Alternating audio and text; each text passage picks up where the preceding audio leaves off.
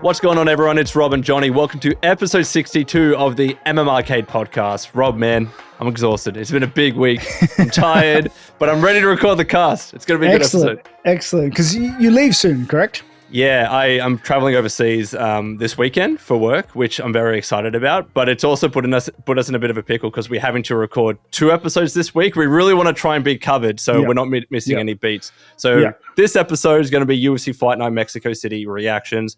And hopefully, if we can record later this week, we will talk about our predictions for UFC 314. We do not want to miss that. It's going to be a big card. We are, I am trying to be more consistent. I understand 95% of episodes that are missed is because someone in my family is sick or I have to go somewhere or some other reason, okay? I'm doing my best. But I am really thankful to our lovely and supportive fans. I see you guys in the comments there, especially when I mentioned, when me and Jonny just kind of went over what this cast is about it's just really laid back, just having a chat, having a chill. Yeah. And you guys get it. And it's really reassuring to see that we have, our fans and supporters and the guys that actually listen to the episode understand that and supportive of it. So thank you. Thank you very much. Because let me tell you, trying to watch UFC Fight Night Mexico at a 3-year-old's birthday party on your phone? On my phone was a nightmare. I got my 4 kids running an absolute muck in this multi-level kids maze. Okay, one of them's crying over there. The other one's pushing another kid over here. I'm trying to watch Moreno and Erceg throw down. And because it was a super high level striking fight, it was so good to watch. I felt like when I was watching it, I felt like the rounds just went by, you know? But it was tricky, okay? It was tricky. But I do it for you so that you guys can hear me yap on about these big fights. We are really looking forward to chatting about it, as Rob said. Super technical. Mm-hmm. I came away really enjoying the fight, even though, unfortunately, our homeboy Aussie lost. But we'll get into that. We'll get into some other news bits as well for the UFC. So if you are new, please do subscribe. It really does help the channel. We're slowly inching towards 35K subs, so we'll get there soon. But Rob, as mentioned, UFC Fight Night Mexico City. Let's react to the main event. Brandon Moreno defeats Steve Erceg, Astro Boy, via decision. What were your thoughts on the fight? Well, what can I say? I guess I have split feelings for the first 2 rounds. I thought Moreno started very well. He started on point. He started aggressive. He took the fight to Erceg. Now, does this mean? I'm wondering if Steve started the fight slow. Okay, because obviously in a 5-round fight, losing the first 2 is not a huge deal as long as you really start to ramp it up like a Marab in the 3-4-5. Yeah. Now, Moreno cemented the first 2 rounds more or less. Okay, and he also kind of created He created like a hesitancy. I don't want to say he created hesitancy. I feel like he created what's the word? Like respect for moving in, which may have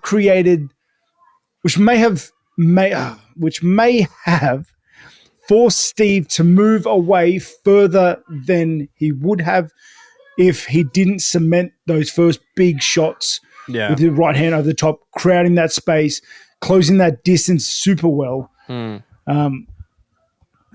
So I just thought, I don't know. You talk. I gotta get my thoughts together. It was such a obviously first round went right to Moreno. Moreno just kept landing that right overhand, and I was scared. Many times. Yeah, too many times, and I was scared obviously for Erceg coming off that Kai Kara-Front's KO. Clearly, Kai just has crazy power because Moreno was heading in with some decent shots. One, he kind of dropped him, but not really. Like it technically maybe counted as the countdown, almost as if he like kind of got knocked back down to his knee and stood back up after a big shot. I was scared that he was going to get knocked out again, but he wasn't, which was good. His chin was hanging in there, but clearly he lost the first. For most of the rest of the fight, it was just so close and so close to the stage where like Moreno was still doing those big overhands. Steve was being super, super technical, really clean, really crisp. I thought Steve, if you actually break down the strikes, he was rolling with the punches and defending and ensuring that Moreno missed a lot of his strikes. But in the end, we keep talking about how when the rounds are close, it's going to go up to the judges. And like I got some of the stats here. These were the stats that appeared on the screen, not like the post-fight ones. Round 2, 20 to 18 significant strikes to Steve. Round 3, 12 to 10 significant strikes to Moreno. And it's like it was that close. And I think Moreno won, right? I'm not going to be biased here. I do think Moreno won. I think he just had the bigger ooh moments. Like when he was hitting Steve with those big right overhands, everyone was like, ooh, that's big. And I can see that leaving an impression in the eyes of the judges. Whereas Steve maybe in some rounds landed a bit more, but they were the more technical, crisp, and not the bigger impacting shots. Does that make sense? Yeah. And I guess because I was trying to explain my thought process when we first started, and it came out like a jumbled mess. Oh, good. But I feel like I just needed a little bit more from Steve. Yeah, I agree. The whole fight, because he obviously started building up his momentum.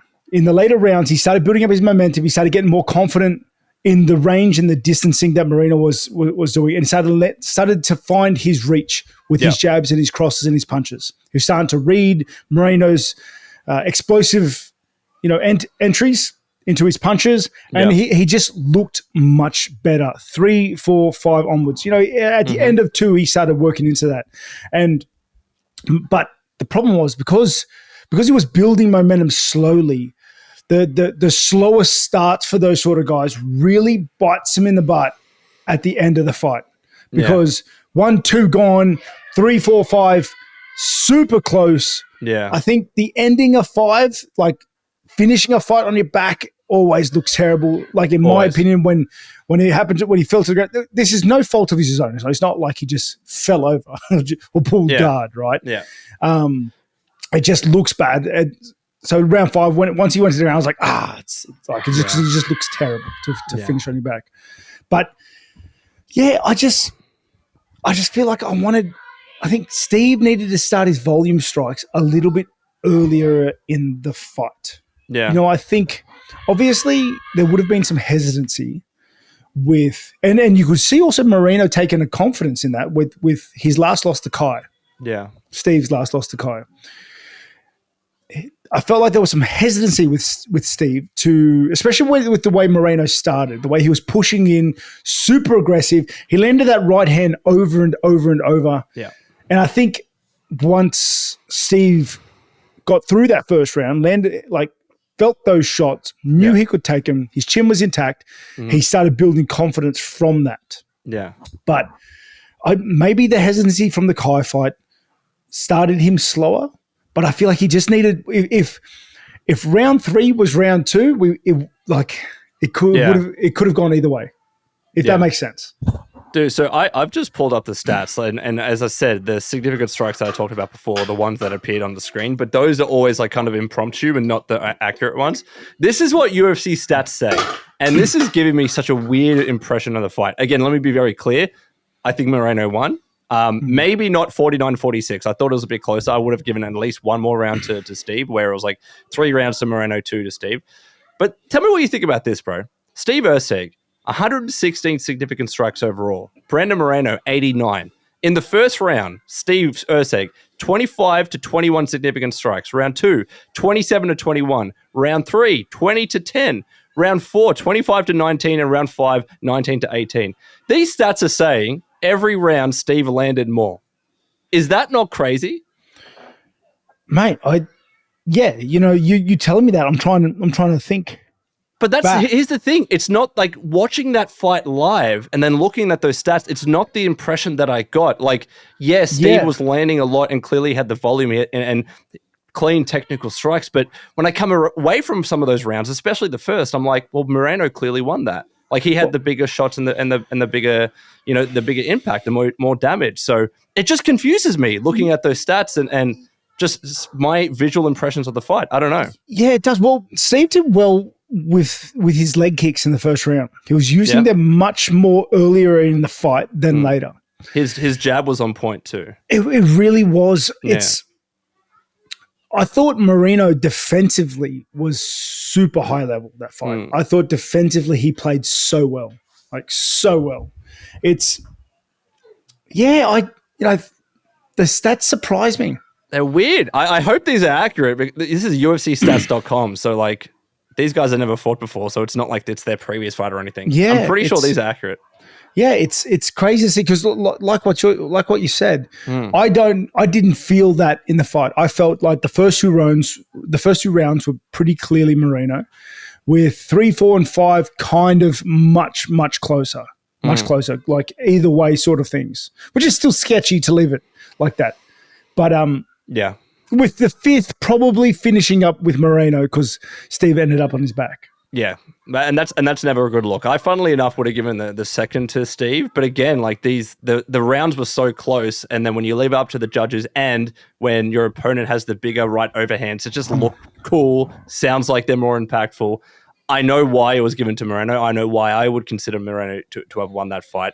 I just found that breakdown to be very, very interesting. I wanted to ask you, man. So there was a big talking point after this fight. Steve Erceg fights Alexandre Pantoja for the title, rocketed up to the title opportunity. He had like 3 fights or whatever it was. He's only been in the UFC for a couple of years or so. And then he loses that, and then he fights Kara France, gets knocked out, and now he fights Brandon Moreno and he loses. Has his career been a little bit mismanaged? Yeah. Yeah. He's been thrown straight into the crucible. He's like a trial by fire sort of guy. They've fed him to the best light flyweights in the world, literally. It's although I did take confidence from. Granted, like he lost, and I'm upset that he lost. I was going like he's our boy Steve, right? Same. And I saw some outstanding moments from him. Like when he gets into his groove and when he starts picking people apart, and he's confident in his defense, and he starts like just volume striking the way he does, he looks so good. I just needed that a round earlier, I think. Yeah. Hard to do because a fresh Moreno was coming at him like violently. Okay, so I'm not saying he should have done this or shouldn't have done that. I'm just objectively saying he needed to get on the roll a little earlier, half a round earlier. You know what I mean? Yeah. Now and maybe take more risks. It's super hard to do after getting clipped the fight before. I know first-handedly, like it shakes you when you get stopped, and then your next fight is always rocky. Like if anything. So, and that's where I'll circle back to the question you asked, like, was he mismanaged? I take a lot of confidence for Steve from this fight because he went into a fight with Brandon Moreno, who's honestly second best flyweight at the moment of all time. Okay. He goes into this fight against Brandon Moreno. He gets through the fight, gets clipped heaps of times in the first round, gets through the second, draws out 3, 4, 5, like much closer, goes to a decision loss. Upsetting, but he's now kind of shaken off that trauma from the previous fight. He's shaken off the worry, the doubts, the hesitation, the fears that his chin isn't up to scratch with these guys. And I'm excited for his next fight now. He is too good of a fighter to be on a 3-fight losing streak. Like just too good. And it's the way I do believe that he's been. It's hard because in the last episode, Rob, you and I were just talking about how it's actually a really good opportunity because if he beats Moreno, right back in that conversation, right? Yeah. But then obviously the contrary to that is that if he loses, then he's on a 3-fight losing streak, and then what do you do with him? We've seen many, many, many people on a 3-fight losing streak in the UFC get cut. Now, I don't think Steve is going to get cut, but it's just not a good look. He needs to fight someone that's a little bit lower in the rankings to kind of build back up. And I just wonder, what is the hypothetical and the alternate universe where Steve Erceg is managed a little bit better, is kind of given a gradual push of increasing competition, and then he eventually fights Pantoja. Like, what happens then? Because imagine if he, hypothetically, bro, imagine if he did beat Pantoja, right? It was a close fight. and then he gets knocked out. There's still an argument there that his career was mismanaged because he didn't have enough high-ranked fights against all those killers in the division. It's just, yeah, I'm so torn on this, man. I'm genuinely torn on it. I just want what's best for Steve. I think he was definitely thrown to the wolves. Okay, there's no doubt. But he's still pretty young. Like, he's still 29. He's 29, yeah. Yeah, he's had these exposures to super high-level guys. Yeah. Like, he's now taken the confidence back in his chin from his last fight with Brandon Moreno. Yeah. I think he's in a good spot. I definitely believe he needs to. You know what? I think what rank is he? He's still like ranked 8 or something like that because he's ranked 8. I don't know if the rankings have changed since. Well, he's ranked 8 because he jumped the queue. Yeah. So and he's been fighting top dogs. Yeah. You know, the entire time. So yeah. Maybe fight 7. Or like fight Asu Amabayev, who's just below him. Yeah, 9, right? Yeah, fight 9. Yeah. Or you know what I mean? Like give him a fight to establish himself. Like no fight is easy. There are no easy fights in the UFC, especially not once you enter the top 10. No. But give him a fight that isn't with dudes in title conversations right now, right? Like, especially after the fact that all he's been fighting is dudes in the title conversations. Yeah, top 5 dudes. Like, yeah. I reckon he was set to fight Asu Amabayev. I think it makes sense to just rebook that fight. He's ranked just lower than him. I think that makes a lot of sense. I wouldn't want him to fight someone like Tigir Ulanbekov because I think he has a lot of potential. He seems to be a straight killer. Asu is a good fight, but in terms of next fights for Moreno, this is a really interesting position now because Kai is probably going to fight Pantoja for the title. That seems to be the direction that they're going. Is Moreno really going to fight Royval again? Like, who out of them is in the conversation to fight Pantoja next? Given all their history of fighting each other. It's just a bit of a mess. Yeah, true. Because like if Pantoja wins, I think Moreno Pantoja's got no one at that stage. Literally no one. I think Moreno does sit out and like he does, this is what he's going to do, I think. He does sit out and wait for the winner of Kai and Pantoja. Yeah. Because he doesn't have a lot of options right now. He's now two wins since fighting for the title. Yeah. Two very good wins though. Like a win was very good. And like I thought the version of Moreno we saw fighting Steve was one of these like just classic Moreno. Yeah. He's outstanding. I thought his defense was on point. I thought his striking was on point, especially because you saw him take bigger risks with his big shots because of Steve's previous fight. I thought that adjustment was pretty interesting to see, especially with someone like he leans so forward on his lead leg, and kind of baits out punches the way he does. Yeah. Where does he go? I do think he just waits for a title shot. I think with his fingers crossed that Kai wins, but I would love both for Kai guys. Yeah, for the sake of the division, let's be real. Like, if you're looking at it from like a competition perspective, Kai winning will open up a lot more opportunities, right? Pantoja winning puts the division in a bit of a weird spot. But I would also say that there is an argument to have Royval fight Moreno because I think they're one apiece. And even though Moreno lost against him recently, you could run that trilogy. That could be a great, fight night card in some big city, you know what I mean, as the main event, or even on a big card. I think that makes a lot of sense. You figure out Pantoja and Kai, and then the winner of Royval and Moreno fights the winner of Pantoja and Kai. I think that's the division there. And then you got Tyra, you got Manel Cap. Cap is in the conversation too. I don't know what you do. Cap is so good, man. What does Steve do now? I think Steve has to fight Asu. How many times I guess the fight, because I'm looking at his Sherdog now. I said he had won twice since his title shot. No, he lost to Brandon. My bad. No, I thought you were talking about Moreno. Before. I guess, mate, that division is just tied up, isn't it? Pantoja's just too good, man. Well, and everyone's fought everyone. It's been such a slogfest to get to the top with no Yeah, but that's why Steve has been catapulted. That's why.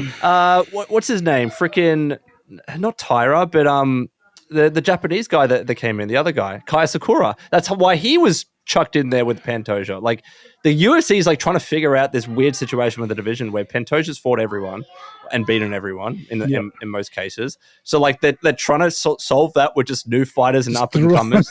Just chuck him in there, which is not the solution. Straight to Pantoja. Yeah, they did the exact same thing to Kai. Crazy, eh? Pretty much.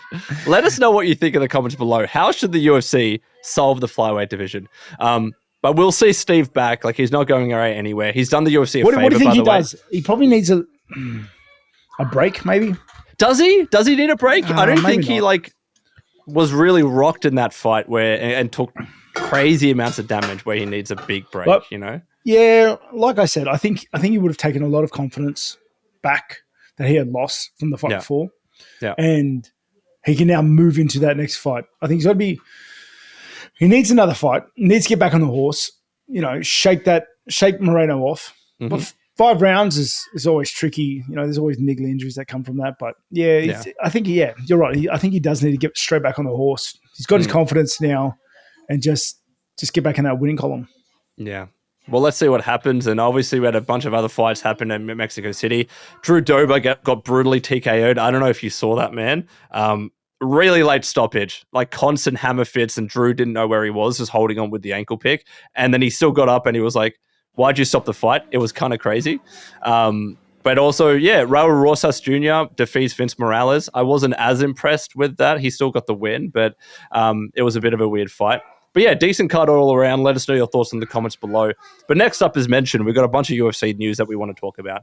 Rob, we need to do some more matchmaking. I know we've done a lot of matchmaking in this episode so far, but matchmaking fries my brain. When I was trying to work through Brandon and Erceg just now, my brain was just locking up. Are you ready to do it again in the lightweight division? Because that's also in a mess. I think the lightweight division is the most exciting division right now. Sure. I don't disagree, man. I think it's wicked. It is just death row. You know what I was looking at just before this episode was Dustin Poirier's fight record. It is wild. It's so good, man. It's wild, man. So good to see. It's just death row in the lightweight division at the moment. Like the top 5, dude, that guard up there right now, it's just killers, man. But especially with Ilia Topuria entering the mix, right? Like the whole big story over the past week was he obviously vacated the title at featherweight, but apparently he said the UFC told him, we promise you a title opportunity if you vacate. That's what he told Spanish media. So he vacated, and now he thinks in his head that he's definitely going to be getting the fight against Islam Makhachev. Or I think he said as a backup he would fight Charles Oliveira. And now they've gone back and forth. Charles is like, you need to respect the division. There's been a lot of guys here for a very long time. Da-da-da-da-da. So what do you reckon, Rob? What do you reckon of the UFC promising Topuria a title opportunity? And should they book it against Islam? I don't know what was promised or anything, but I feel like if you're in a lower division and you vacate the title, you should go straight to the top of the pecking order. It's just straight into a title shot. Title shot or contender, like but number that's one the big thing fight. Right now. It's either in my opinion, it's either he fights his son for the title, or because him and Charles have been going at it and they're two top contenders, they fight each other. Yeah. What do you reckon? What would you prefer? I'd like to see him go straight into a title shot. Okay. Understandably, it can be tricky that way because there are a lot of guys, like styles make fights. So if the champion of a lighter division has a better style to beat the guy in the high division, where's the fairness of that? Because that guy may not get through 10 guys to get to a title shot. He may not get through the contenders. You know what I mean? Yeah. It's tricky. I just feel like there should be a certain amount of weight for being the champion of the division already. You know, like especially and doing the thing where like, I want to move up. I'm vacating the title, which is the right thing to do. It doesn't hold anything up. Yeah. And just making the move. I feel like there should be some weight and some respect given to that course of action. Yeah. The thing that I keep thinking about, especially over the past year and some of the fights that the UFC have made, for instance, Khalil Roundtree against Alex Pereira, some other examples as well, where they're clearly making the fights that they think are the most exciting. And not to say that Islam versus Charles is not exciting. It would be. But Islam's already beaten Charles somewhat recently. Islam has not fought Ilia Topuria before. He is the champion in featherweight, dropping his title, moving up. That would clearly be the bigger, and on paper, like it'll probably sell more, especially with massive. Spain getting behind Topuria. It would be absolutely huge. So based on that, I think they would just make Topuria versus Islam Makhachev. Though Makhachev's team apparently is not keen on it because they feel like he needs to earn his keep. What do you reckon about that? Yeah, I can also see where they're coming from. I went on hospital that like there should be some gravity to relinquishing the title and moving up because he is a champion. Mm-hmm. But I can also see the side of the argument for the guys in the division that have been like, brother, like I've had to slog, especially in the lightweight division, like I've had to slog my way to the top of this division, and it is death row there. And there's so many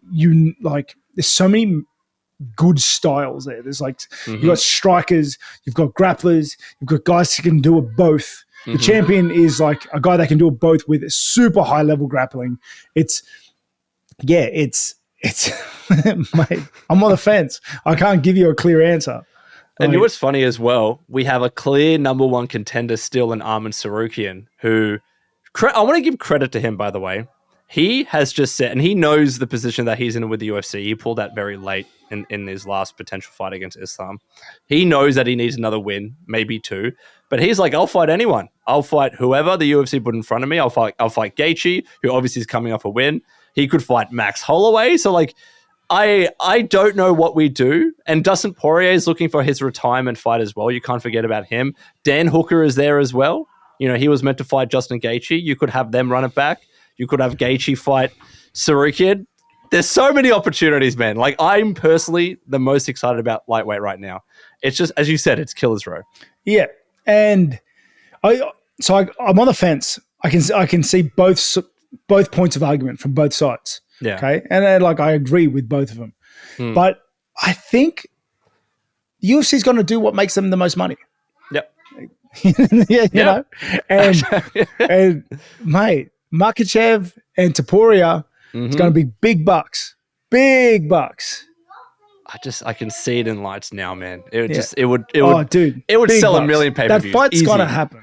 Going to happen. And why risk it? Why risk Topuria fighting Charles? Not to say that I don't think Topuria would beat Charles. I think that he's primed to do so, given his style and everything.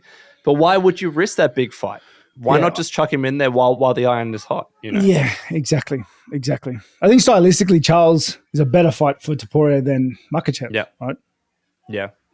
So let's see what happens, but I wanted to have a bit of a discussion there. Next up, though, we're going to talk about welterweight. This is matchmaking heaven in this episode. If you like matchmaking, this is the episode for you. I know. This is the last one. I promise this is the last one, because light heavyweight, which we'll talk about next, is a bit more clear.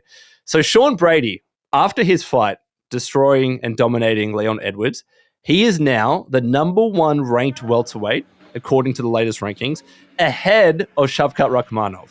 Can I just get your opinion on that first? What do you think about him shooting up after beating Leon?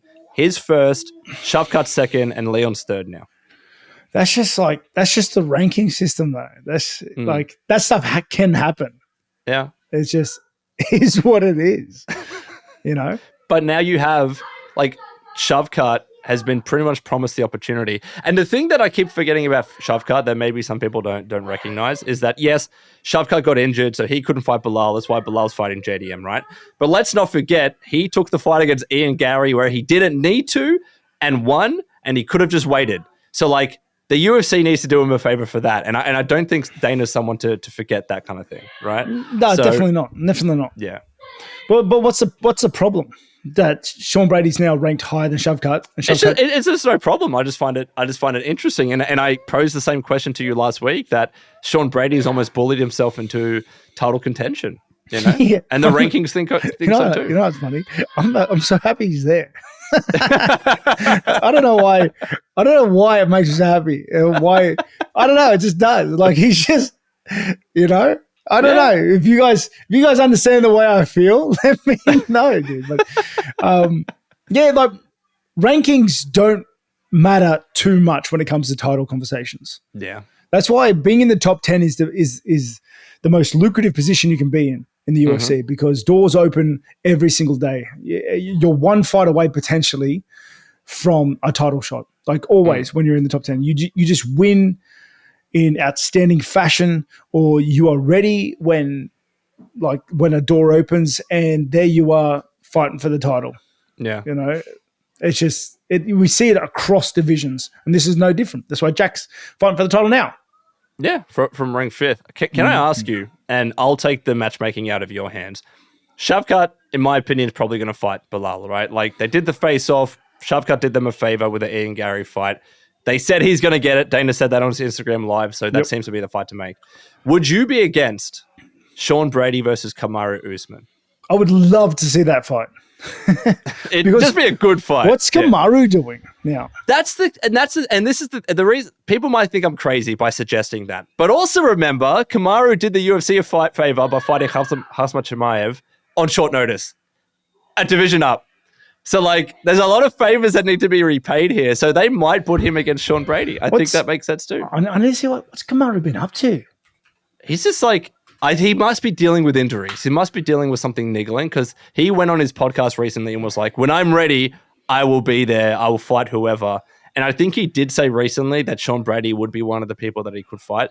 So I understand why people might not think he deserves it, because he's had a couple of losses. But to give him credit, he fought Khamzat and did a pretty good job on short notice, a weight class above. The UFC, he wants to repay him for that. He did a better job than I. Didn't say that. You were thinking it though. Shut up. I'm not going to say anything. He just did a good job. I'm joking. No, he did a stellar job, dude. Yeah. But that was going on 2 years ago. God, was it really that long ago? Yes, dude. 2020, no. October 2023. No way. And he's 37 now. He hasn't fought for almost 2 years. Mate, he's that's crazy. I just feel like he's just, the clock's ticking, man. It's ticking. I don't think he can sit out and there was rumors of injury all the way back, like when he was a champion, when he lost the title, when he tried getting the title back with Leon. Yeah. Like, that he wasn't moving the same way that got him to the title. There's been a lot of talk about his knees and everything. I don't know whether that's just rumors and gossip that he has to were you the one that said podcasts ago that he has to walk downstairs backwards? I heard that. Rumors are bullshit though, right? Rumors are bullshit though. But he hasn't fought for a long time and he's getting on in age. It's such a stupid rumor. There's not, and like the guys that he's potentially going to fight are young, hungry dogs. Like Sean Brady's hungrier than ever now. Yeah, man. You know, it's. I wouldn't want to be the person. What about in Sean Buckley? Brady's way. Like Buckley fight, you know, young. Good point. Yes. Young and hungry, dude. Yeah. Machado Gary, man. Like these guys. Buckley deserves to fight up. What did he have? 4 wins last year. Like he completely destroyed everyone. Yep. Buckley needs to be up there. And it all kind of depends, as I mentioned to you, on the on the Jack Della Maddalena fight versus Bilal, right? I think that's going to help figure a lot of stuff out, because you could have Buckley fight the loser of that as a hypothetical. Dude, man, this whole episode's been like matchmaking. It's doing my head in. All right, can I give you a different discussion then? One more UFC one, and then we'll move on to games, I promise. Alex Pereira, according to Joe Rogan, all right, fought his fight with Magomed Ankalaev with a broken hand, and also he had norovirus. Now, this was according to Joe Rogan, and then after that, Alex Pereira did an interview with Ariel Helwani where he said, my hand was fine. I might have been dealing with stuff, but I don't want to get into it. I don't want to talk about it. Maybe I'll talk about it after the fight with Magomed Ankalaev. Clearly, there's going to be a rematch, but I just want to be focused on that fight. He wouldn't reveal exactly what happened, but it feels like, and maybe because Ariel Helwani prodded a little bit, it feels like there was something severe enough to potentially cause him to withdraw. What do you think about that situation? Is this just another case of fighters deal with stuff all the time, and Alex was probably never going to pull out unless it was that bad. What do you reckon about it? Well, the fact is, fighters do deal with stuff all the time. No fighter goes into a fight 100%, generally speaking. Yeah. Now, mate, there are plenty of times fighters fight with legitimate excuses. Yeah. You can't say them though, because you look like salty. And to be clear, Alex didn't. This was exactly. Joe saying something, everyone's pulling and it out. everyone That's why I'm not jumping on him either. It's like his excuses are very real, and everybody has pried these out of him. He didn't say any of them, but his excuses are very real. So maybe the next fight will be markedly different. Okay, there's been heaps of times that I've fought with legitimate excuses to why X, Y, and Z happened in said fight, but you don't want to. It's such a tricky position because like you don't want to talk about it, but it's a real legitimate excuse. So his right hand was broken, dude. It means his power just wasn't there in his money makers, which is the thing that has taken him all the way to titles of 2 divisions and kept him as the heavyweight champ until recently. As a light heavyweight champ. So do you think there needs to be a bit more of an open forum and just environment for fighters to be able to talk about injuries that they're encountering? I know why you wouldn't want to talk about that in the lead up. No. Why is that? I don't know. We're tough motherfuckers. Yeah, but you're also human, you know? Watch freaking Captain America here. Sorry for my language. I apologize. Dude. Like, I hope if there is a forum, I'm going to be watching it to see if my opponent cries like a bitch. Like, and dude, mark my words, they'll be sitting there waiting for one of us as well. You can't give an inch to those. It's a different environment. It's like we can't be human. Not for a fight. Not when you've got an opponent that's trying to take everything from you. You can't. You have to be more. You have to be more. Yeah, you can kind of let people pry excuses out of you afterwards, or you can just straight up tell people like after the fact. But during a fight, like I would love it. I would love it if there was an open forum and I'm like a guy I'm watching is saying like how rough his life is. He's talking about stuff because I know I'm going in there. I'm gonna bully him, dude, because I know he's mentally soft. Like he's had a rough week. All right, I'm going to give it to him. I'm going to top it off. To be clear, I was talking about more so after fights because in the lead up, like, do you really want to tip off like your opponent and the UFC? And, you know what I mean? I ran on a tangent with something. I thought something else. Sorry. It's fine. It's fine. I think everybody should have someone to talk to. That's why you surround yourself. Like everybody should try their utmost. The most important thing in life, I feel, is to surround yourself with good people, trustworthy people. Whether that, and like I talk to my wife 24/7. She's like my comrade. You know, she's my soundboard. So yeah, it's super important to whinge. She just listens to me 24/7 whinging and bitching, dude. That's who I bitch to, right? But yeah, it's super important to talk to things. I don't think forums are good, I guess. Is that, yeah, I guess. It's more than I was talking. There's heaps of, yeah, so.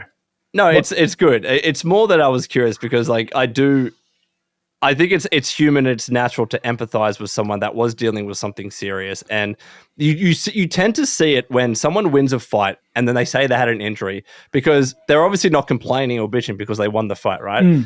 But I feel if you can do that, I don't see there being anything wrong with a fighter who has happened to lose a fight, if it's a close fight or whatever it might be, legitimately say, yeah, I was dealing with a few things. You know what I mean? Not in the lead up, but afterwards. Like, I feel like we should be a little bit more accepting of that. That's just me being empathetic. But also, human. like, how bad was it, right? Like, how serious was it? Yeah, you got to start asking people for x-rays. You got to start asking people for scans. But, Rob, is there not pressure when you have a big fight and you're close out to not just ignore those things and just commit to the fight because you feel like you'll be letting people down? But you have to. That's one of the things fighters have to juggle, man. That's why it's so hard. That's why not everybody can do it. Because you have to juggle all that crap. You know, I love that we've had this discussion. This is like some of the most honest and open that you've been. I'm gonna say. No, because it's true though. Like everyone's dealing with stuff. Fair, but there's still, that's I've said it before. It's like that's the hardest part about being in the sport for any amount of time is that like life happens to you whether you're fighting or not. Yeah, like my wife still gets pregnant. I still having more kids. The house still's got to get paid for. I'm still moving houses, kids getting sick, et cetera, et cetera. Like life is going on. But in 12 weeks, there's going to be a dude trying to punch my head in as well. Yeah, fair. Right? And it's like, it's just the juggle. That's the hard part about fighting. It's the juggle. Well, let us know what you think in the comments below. I genuinely enjoyed that discussion. We are going because we're running long, and I don't want to like have this episode be an hour I said and a half. this episode was going to be short, dude. Look, well, let's skip the game news. There was nothing too crazy exciting this week, anyways. You've been playing a lot of Monster Hunter Wilds. I got to stop saying this. This should be a short episode. You jinx it every time. Every time. Don't say it, and we'll be fine. But what we're watching, playing, and reading, Rob, tell us about Monster Hunter. No, I'll tell you what I've been watching lately. Okay, I just finished Solo Leveling. What'd you think? It was good. You watched it? Yeah. Spoiler warning, a little bit. Like Probably. we'll get into something. I don't like it. I'm done with it. Say that. I'm done with it. I'm over it. Why? Give me an honest reason. Because he went straight back to Edgelord. I'm so over it. Like, he's too much. He's you know too what people much. are saying online? That he's aura farming every episode. Mate, there's nothing anymore. He just kills everything. Nothing's hard. Like, obviously, the dudes we saw at the end were cool. It was like, who's these guys? Like, cliffhanger come season 3. But still, he's just going to do the same thing. He's runs around owning people, right? Yeah. Can I say, those people at the end, and this is kind of, I saw some posts about it. It's not complete spoilers, but at that current time, I was told all those people are currently stronger than Jinwoo. Currently, but you know how he has the ability to improve and everything. Yeah. What I hope, and I don't know, I haven't read the manhwa at all. I want to see a bit more of there's someone really hard that maybe he has a tough fight against and then overcomes it. Like, that's why I like the Dragon Ball Zs of the world. That's why I like, like the Black Clovers of the world. Like, I get this whole thing about he is like the most powerful dude. He has unlimited potential, etc., etc. But give me a little bit of growth, a little bit of a challenge. I don't know. I get what you're saying. I don't think I like him anymore.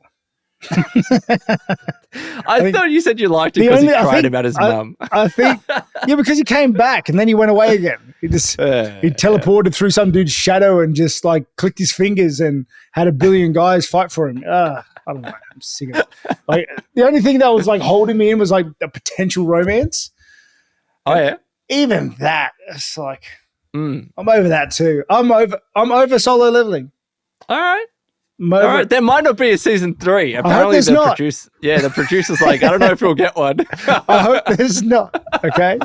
That's rough, man. Well, because there was nothing in the fights. He just overpowered every fight. There was no hardship. Oh, okay. Hold on. There was that one moment where he got the skill level up. Where if he didn't get that, he probably dies. Of course he gets a skill level up mid-fight. Of course. It's like, what do you mean? Is that really your defense? It's I'm just saying it wasn't all. The fight's close. Let's give him a skill level up mid-combat. That's not what I said. You said it was complete domination, and I said it wasn't quite that. That is, though. That's the same thing. And then he levels up off him, makes him his servant, and now he's even more god-powered. Ah, man. Like. Oh, man. That's funny. It's not that bad, Rob. It's pretty good. I don't know. It feels empty. Granted, animation quality, outstanding. Yeah, outstanding. phenomenal. Yeah. It's outstanding. And, okay, I'm hard on it right now because I watched the whole thing, and I still think his leagues are better than 90% of the other animes right now. Sure. Like, especially so much season. garbage out there right now. Yeah. But there's always garbage out there. But, like, it is still it's a very good anime still. But I'm done with it now. I'm done with it. All right. Okay. All right. No more solo leveling for Rob. No. But there might not be a season 3, as I mentioned. So You know what I might do? Just start up again? My Hero Academia. Oh, really? Okay. Problem is, All though, right. I want to rewatch it with my kids. Okay. But they watch dub, and dub kills me. Oh, no, kills Rob. me. Teach them differently, please. Brother, they're just learning how to read. It's a good way to do it. It's a great way to do it. They can't give up the subtitles, man. They're sending out their words. Have a heart. You've got to start them somewhere. Wait, how old's your eldest? Like, at least get them into it. I reckon it's fine. You know? You got to start somewhere. Yeah, but my 7-year-old wants to watch it too. You know, it's got to come kind of medium somewhere. Anyway, I want to watch it. Dub might kill my life, though. No, don't do and dub. Also, don't do it. season 3 burns me of that thing. I heard it gets good again, but it does. It honestly, dips, but it gets better. When All Might disappears, it makes me so sad. But that's kind of part of the story, and he All steps Might up. Gave me motivation, bro. I know, man. Like, I know. He inspired me to be better. Then you should keep watching. You should keep watching. Oh yeah, I think I will. Keep watching. I'm just if that's your whole thing, people will know what I'm talking about. Keep watching. Okay. Well, now I'm excited because you kind of sold it to me. It's in the last season, the later season. So what I've been playing, I jumped back into Monster Hunter. So the end game's kind of shallow right now. Damn. But I decided to jump back into it because my mates jumped back into it, as well as there's a title update in a few days, so new monsters and things to kill. I thought I'd try to main a new weapon. So I've been using just Sword and Shield. I did all Worlds of Sword and Shield, and I did all of now Wilds of Sword and Shield. Yep. And I want something different. I'm thinking about. Okay, let me talk about. You know, people say everyone's saying it's easy. Sure. I saw an argument that. Maybe I don't think it's easier than any other Monster Hunter. I do think it is actually a little bit easier, but it's just that a lot of people that came from Worlds have the skill sets already necessary to deal with Wilds better. Whereas when Worlds came out, it was kind of a different take on the combat. It wasn't different take, but it was much smoother. The combat was different than all the other sort of games until then. Yeah. Right? So I thought that was pretty cool. I think that was a cool perspective into why it's easier. I do think it is easier. Maybe health slower or damage is upped, but that'll change in the updates. Yeah. But I'm trying to find a new main weapon. Have you played Monsters of Wilds? I've not, but I was going to ask you, like, are you probably just going to go with like Great Sword, Unga Bunga style? I've tried Great Sword. I tried Hammer today. I don't like them. They're too slow, bro. So what's your option then? Too slow, and I just miss. And everyone's like, well, once you learn the moveset, I don't care about the moveset. I want to be able to do what I want to do at all times. At all times. You know, you got to give it time though, bro. Oh, it's just too slow. Kills me. And I'm fair. I don't know. I think I want to try. I'm very curious about the hunting horn. Have you ever played it? No. It's like the Bard of Monster Hunter. It's like a big bonky hammer that doots as well. It's really, really cool. Like, I don't know, I'm thinking about it. Okay. Because it just looks fun. That's huge, man. It looks cool. Complicated as hell. I looked up like a crash course on YouTube today, and I just paused it and gave up, walked away. It's complicated. How good are YouTube guides, man? Just tell me what's the best, and that's what I'll do. Well, the thing is, it's like you need to play songs with your attacks, and you got to cue your songs up. And it's like doing old school PlayStation cheats. You got to be like Y, B, B, Y and B together, Y, B, R2 to play it all. Then you got to do like an R2 encore, and then other crap. Okay, in the middle of battle. That's how you're fighting. Because like while you're doing your YBs, you're hitting. Every hit time you hit is what makes a note. It's a super cool system they've got in place. I just think it might be too big brain for me. Fair enough. Yeah, so I might try Lance as well. I'm thinking about Lance. All right. Just big shield, big pokey stick, hide behind shield, poke with stick. Just simple. So I'm going from complicated as hell, and I think I'm going to go just straight up smooth brain. It scared you off so much. Like You're going poke with stick. I think that's what I'm going to do.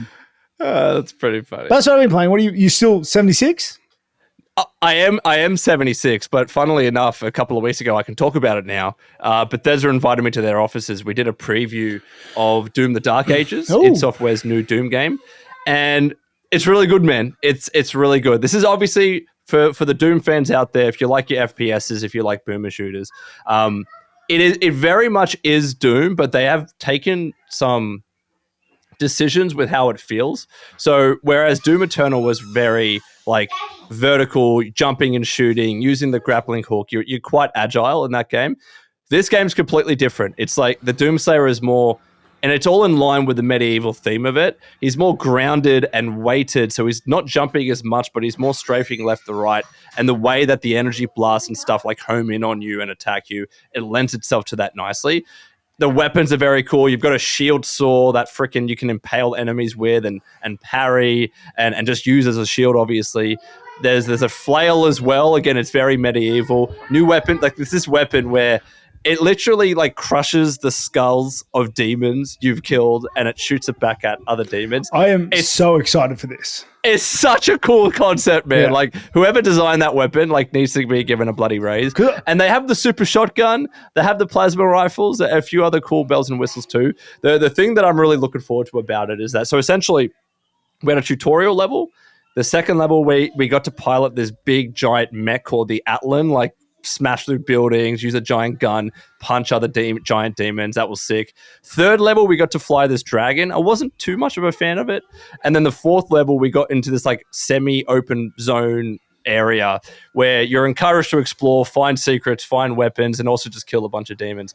I really like it, man. I like how they've changed up the formula compared to Doom Eternal. I love Doom Eternal, don't get me wrong. But this is more Doom. Cool soundtrack. You get to kill demons. It's a weighted, heavy, like artillery tank style Doomslayer. It's pretty sick, man. Yeah. I reckon you'd like it. Yeah, I'm pumped to actually try it. I'm super pumped to play it because like I've always loved the concept of Doom. He's just a rough and tumble dude's wearing armor, going around killing stuff. Like he doesn't have godlike powers. He's like just your blue collar, like demon slayer. You know what I mean? I love that concept. Nothing flashy, just get the job done.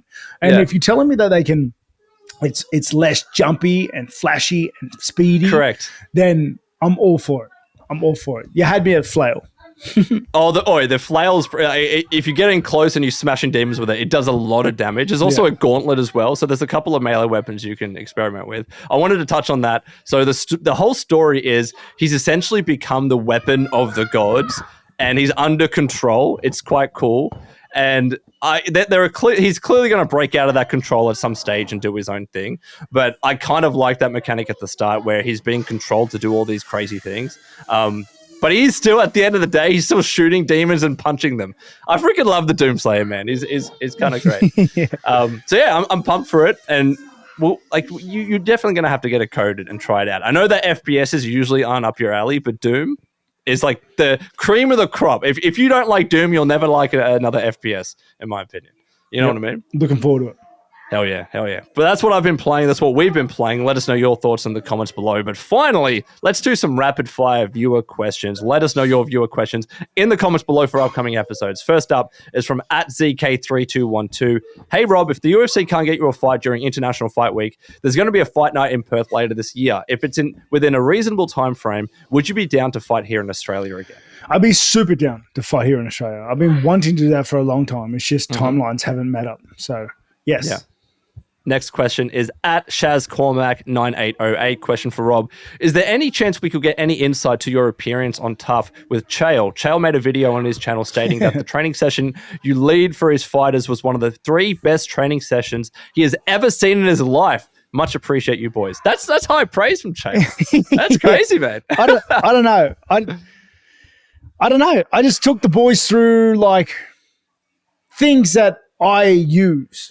Like it's hard to like, and more so than actual techniques I want to do, I like to go into things like my thought processes as to why I do things, because I feel like fighters can use that much more than what I actually do in the octagon, because not everyone bounces like me, not everyone moves like me, not everyone's as fast as me. So I like to try and break it down thought process wise. And if he thought it was cool from that point of view, then I just hope the guys took something from it. I was only in there for a little bit. Yeah. All right. Next question is from, I can't pronounce this username. I'm very sorry. You can see it too, Rob. I'll do it. Do it. Abdurrahmane Kasira 8341.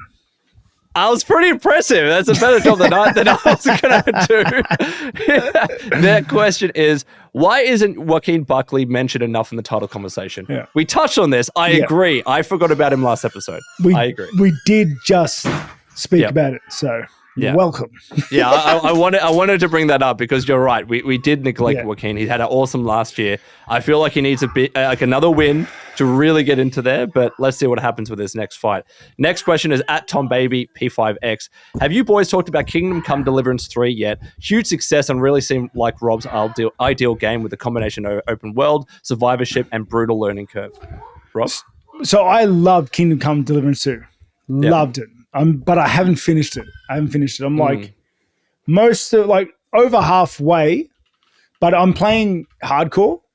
Yeah. And I love hardcore in that game. But the thing is, like, when I'd re-downloaded it and started playing it, but when I jump back in, because it's hardcore and because there's so many things I need to like pick up again, I just can't be bothered right now. Fair. So like it's on the to-do list. All right. I just realized that I said Kingdom Come Deliverance 3. It's 2, right? And the 1 is the previous one. Yeah. It's too many games and sequels. Kingdom Come Deliverance is stellar.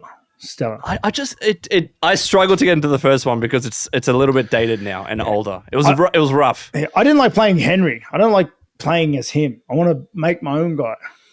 I asked, and not really spoilers, I guess it happens at the start of the game. I asked a friend who never played the first one and got into the second. I was like, do you need to have played the first? And he's like, no, because something happened story-wise where it makes sense and it's a fresh slate. And I'm like, what'd he do? Hit his head? And that turns out that was the actual reason. Such a stupid story plot. Honestly, man. If it works, it ain't stupid. And last question is from @BlobTheBlue. Very important question. Would you guys rather have finger-sized nipples or nipple-sized fingers? Rob. Oh, wow. Finger-sized nipples for sure, dude. Yeah. What are you doing with nipple-sized fingers? You can't live your life. Dude, what are you going to do? You're doing nothing. You're stumps. But could you imagine... That's a hazard in the UFC, man. Just you're fighting without a shirt on. Yes. You get used to it. You get used to it, dude.